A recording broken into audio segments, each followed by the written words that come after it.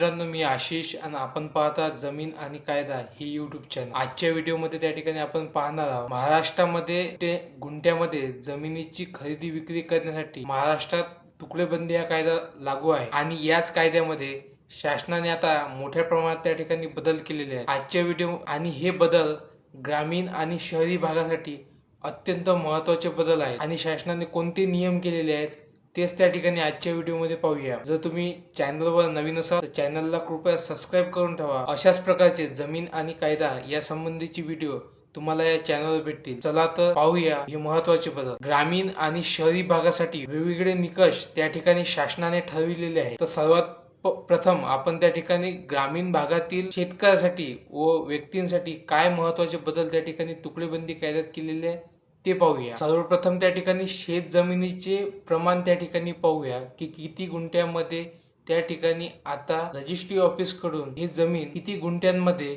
आपण त्या ठिकाणी खरेदी विक्रीचा व्यवहार करू शकतो. तर सगळ्यात पहिले जिरायती शेती जे कोरडवाहू शेती आहे त्याच्यासाठी 20 गुंठे एवढी त्या ठिकाणी आता मर्यादा करण्यात आलेली आहे.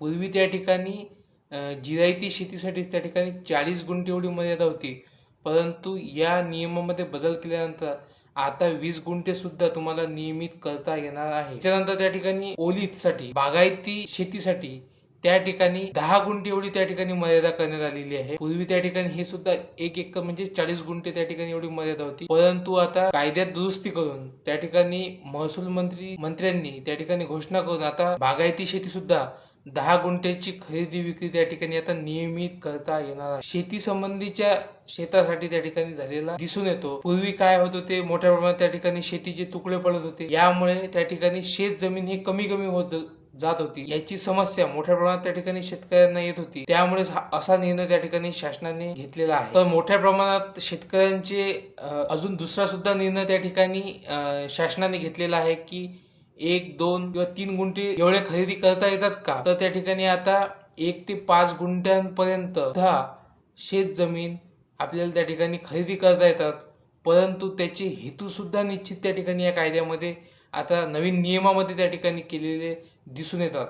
चला तर ते हेतू पाहूया आपण. यामध्ये विहीर किंवा तलाव यासाठी त्या ठिकाणी तुम्ही 1 ते 2 गुंठे शेती त्या ठिकाणी खरेदी करू शकता. तसेच तुमची शेती जर त्या ठिकाणी कमी गुंठे झाली असती तर त्या ठिकाणी लगतचा शेतकरी सुद्धा तुमची शेती खरेदी करू शकतो.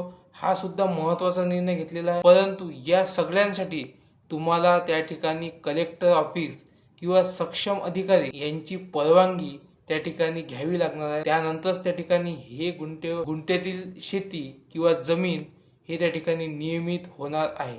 हा महत्त्वाचा बदल यामध्ये त्या ठिकाणी दिलेला आहे. तर आता शहरी भागासाठी कोणते मोठे बदल या तुकडेबंदी कायद्यामध्ये झालेले आहे आणि कोणती शिथिलता त्या ठिकाणी या कायद्यानुसार देण्यात आलेली आहे हे त्या ठिकाणी पाहूया. शहरी भागामध्ये सुद्धा 1 ते 2 गुंठे आता जमीन त्या ठिकाणी नियमित करण्याची परवानगी देण्यात आलेली आहे, परंतु यासाठी तुम्हाला त्या ठिकाणी शहरी भागामध्ये महानगरपालिका किंवा इतर स्थानिक स्वराज्य संस्था किंवा तुमचं जे जमीन गावामध्ये असेल तर ग्रामपंचायतचं एन सर्टिफिकेट त्या ठिकाणी आवश्यक राहणार आहे.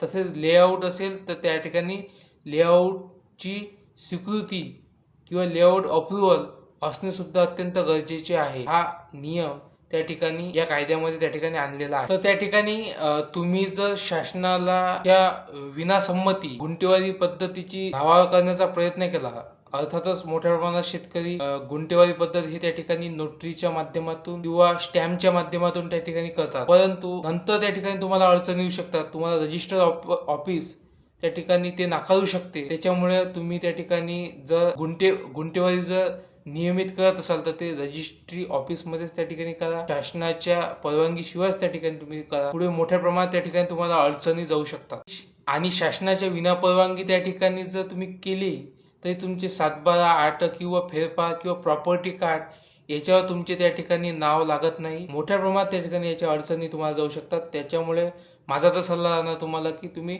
रजिस्ट्री ऑफिसकडूनच त्या ठिकाणी असे गुंठेवारी नियमित करून घेणे गरजेचे राहील. तर कसा वाटला व्हिडिओ मित्रांनो?